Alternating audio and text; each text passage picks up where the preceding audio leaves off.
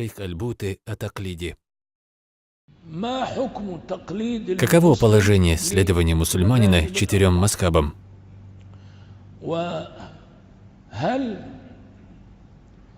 И обязательно ли для всякого мусульманина брать напрямую решение из Корана и сунны посланника Аллаха, кем бы он ни был?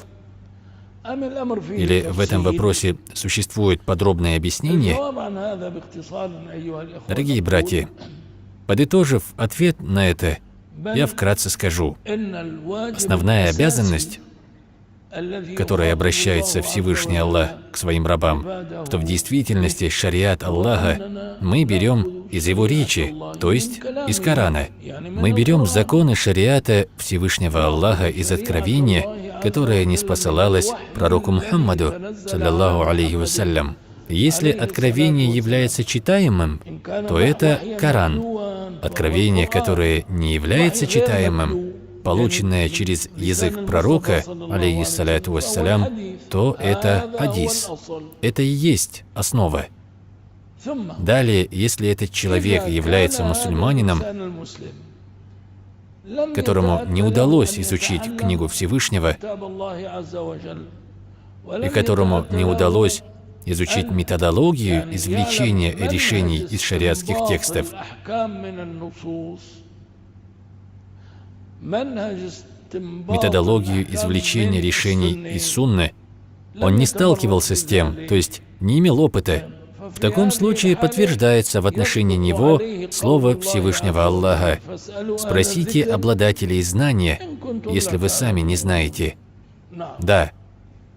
Значит, принятой основой, одной и единственной, является, чтобы мы обратились к Корану и Сунне.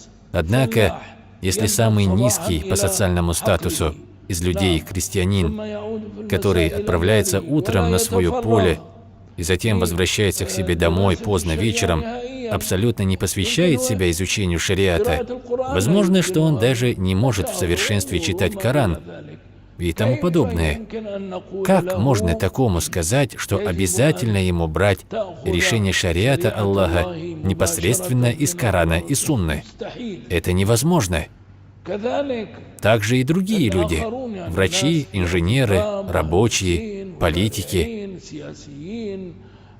Должностей много разных. Все они препятствуют человеку, чтобы он посвятил себя изучению, каким образом извлекаются нормы решения из текстов Корана или Сунны.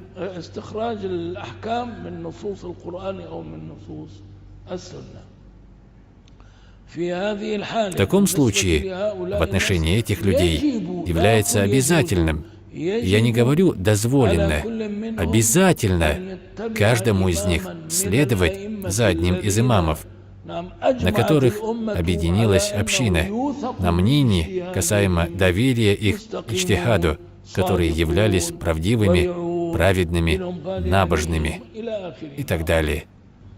Это то, что является обязательным.